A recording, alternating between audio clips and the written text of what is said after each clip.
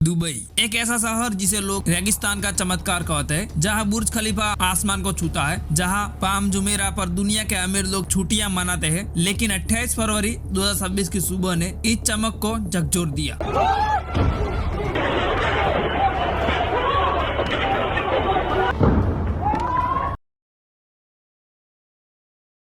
कहानी यही से शुरू नहीं होती। कुछ दिन पहले अमेरिका और इजराइल ने ईरान पर बड़ा सैन्य ऑपरेशन किया। उस ऑपरेशन में ईरान के supreme leader Ayatollah Ali Khamenei और कई बड़े अधिकारी मारे गए। ईरान ने इसे सीधा युद्ध और गैर कानूनी आक्रमण कहा और फिर बदले की घोषणा की। यहाँ सवाल है, अगर ईरान को बदला लेना था तो दुबई क्यों? दुबई सिर्फ एक पर्यटन शहर नहीं है, यह रणनीतिक रूप से बेहद अहम है। यूएई अमेरिका का करीबी सहयोगी है। यहाँ अल धरबा एयरबेस मौजूद है, जहाँ अमेरिकी सैन्य विमान और सैनिक तैनात है। जबल अली पोर्ट अमेरिकी नौसेना के जहाजों का प्रमुख ठिकाना। ईरान की रणनीति क्या हो सकती है? सीधा अमेरिका पर हमला करना, तीसरे विश्व युद्ध को न्योता देना होता, लेकिन उसके सहयोगी को निशाना बनाना, एक मैसेज देना होता है। मैसेज क्या? जो हमारे दुश्मन के साथ खड़ा है वो भी सुरक्षित नहीं। कुछ रिपोर्ट के मुताबिक ट्रू प्रॉमिस 4 नाम से ऑपरेशन चलाया गया, जहां 117 से ज्यादा मिसाइल और ड्रोन दागे गए। यह सिर्फ इजराइल नहीं बल्कि गल्फ के उन देशों की ओर भी थे जहां अमेरिकी ठिकाने हैं। अगर कोई देश अमेरिकी सैन्य बेस होस्ट करता है तो ईरान की नजर में वह जायज निशाना बन सकता है। यह सिर्फ एक दिन का बदला नहीं है। 1971 में अबू मूसा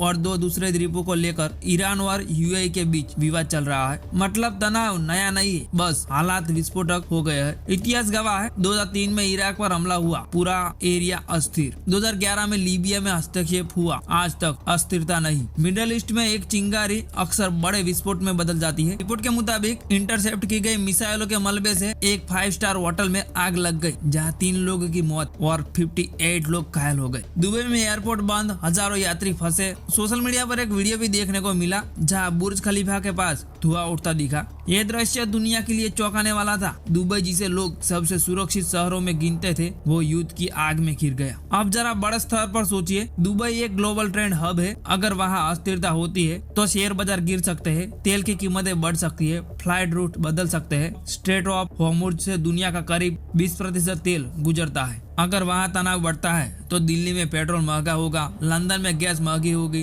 टोक्यो में शेयर मार्केट गिरेगा। यानी यह स्थानीय हमला नहीं, यह वैश्विक झटका है। कुछ लोग कहते हैं ईरान चाहता है कि गल्फ देश अमेरिकी से दूरी बनाए। अगर उन्हें लगे कि अमेरिकी बेस रखना जोखिम भरा है तो शायद वे न्यूट्रल रुख अपनाए। यह सैन्य हमला जितना है उतना ही राजनीतिक दबाव भी। आपको कुछ एग्जाम्पल दिखाता हूँ। जब सद्दाम हुसैन को हटाया गया तब इराक में शांति नहीं आई। जब मुअम्मर गद्दाफी की हत्या हुई तब लीबिया अराजकता में डूब गया। यानी नेतृत्व खत्म करना स्थिरता नहीं, कई बार इसका उल्टा असर होता है, क्योंकि लोग और ज्यादा कट्टर हो जाते हैं। राजनीतिक बयान टीवी पर चलते हैं, लेकिन असली दर्द कौन झेलता है? एक भारतीय मजदूर जो दुबई में काम करता है, एक फिलीपींस की नर्स, एक यूरोपीय टूरिस्ट। युद्ध में नेता सुरक्षित रहते हैं लेकिन आम लोग नहीं। यूएई ने अमेरिका के साथ पार्टनरशिप की, सुरक्षा सहयोग बढ़ाया, सैन्य ठिकाने दिए, लेकिन जब दुश्मनी बढ़ती है तो दोस्त कभी कभी जंग में बदल जाती है। अब 2 रास्ते है, बदला और बदला बड़ी जंग। दूसरा, बातचीत, तनाव कम। अगर गल्फ एरिया में पूर्ण युद्ध छिड़ता है तो इसका असर पूरी दुनिया पर होगा। भारत जैसे देश जो तेल आयात पर निर्भर है, वो सीधे प्रभावित हो गए। दुबई पर हमला सिर्फ एक सैन्य घटना नहीं है, यह एक संकेत है। संदेश यह है कि मिडिल ईस्ट में शक्ति संतुलन बदल रहा है। अब सवाल यह है, क्या यह बदले की श्रृंखला की शुरुआत है या बातचीत का आखिरी मौका? इतिहास हमें बताता है, मिडिल ईस्ट में हर बड़ा कदम नई कहानी लिखता है, लेकिन वह कहानी शांति की होगी या आग की, यह आने वाला समय ही तय करेगा।